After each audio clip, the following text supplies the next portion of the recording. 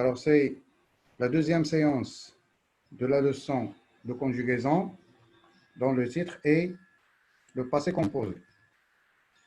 Alors, dans cette leçon, on va faire un rappel des objectifs et de la règle. Ensuite, on va passer aux exercices d'application. Commençons par les objectifs. Alors, les objectifs de cette leçon, c'est reconnaître le passé composé et identifier. Ensuite, conjuguer au passé composé, bien sûr, tous les verbes. Commençons par la règle. Le passé composé exprime une action terminée, ça veut dire achevée dans le passé. Il est formé de l'auxiliaire avoir ou être au présent et du participe passé du verbe. Par exemple, j'ai peigné, c'est l'auxiliaire et c'est l'auxiliaire avoir. Peigner, c'est le participe passé.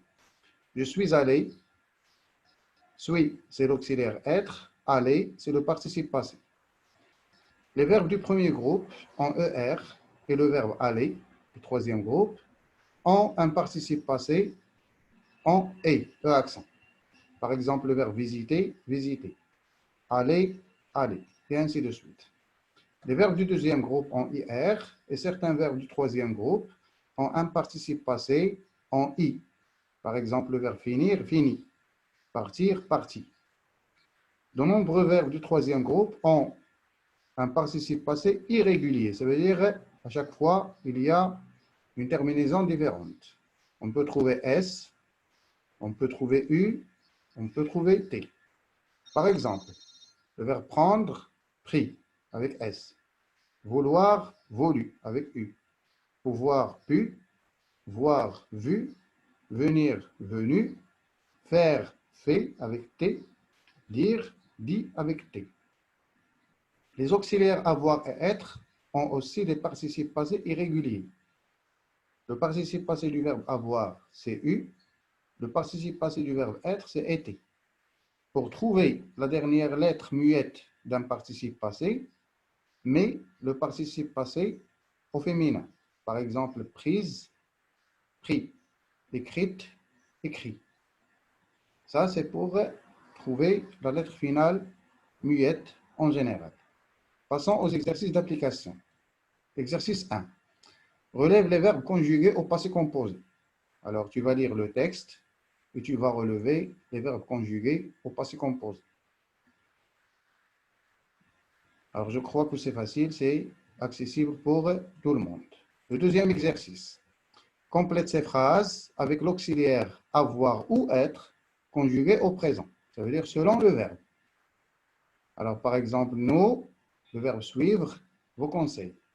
Vous allez voir, est-ce qu'on va utiliser l'auxiliaire être ou avoir avec le verbe suivre. Et lui offert un bouquet de fleurs.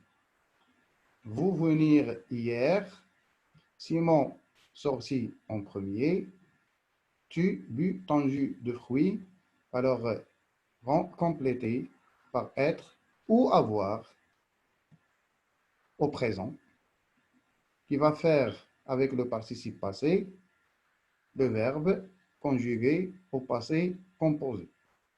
Troisième exercice. Écris le participe passé des verbes que vous voyez selon chaque série de verbes. La série A. Les verbes du premier groupe. Le verbe manger, avancer, crier, jeter, éternuer, appeler, envoyer. Alors, vous allez faire des listes. Dans une colonne, vous allez écrire le verbe à l'infinitif.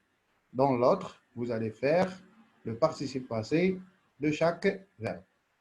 Pour les verbes du deuxième groupe, gravir, pourrir, nourrir, jaunir, définir, noircir et assortir. Pour les verbes du troisième groupe comme venir, intervenir, advenir, prévenir et convenir. Et pour les autres verbes du troisième groupe qui ont une terminaison irrégulière, prendre, comprendre, apprendre, surprendre, entreprendre. Alors, vous allez remarquer que tous ces verbes ont un radical commun, c'est prendre. Verbes du troisième groupe comme dire et faire, redire, défaire, prédire, contrefaire et médire. Alors, faites une liste que je vais vérifier avec vous, bien sûr, dans le cours direct. Faites une liste avec ces verbes et leurs participes passés. J'espère que vous avez bien compris. Je vous laisse pour l'instant et à bientôt.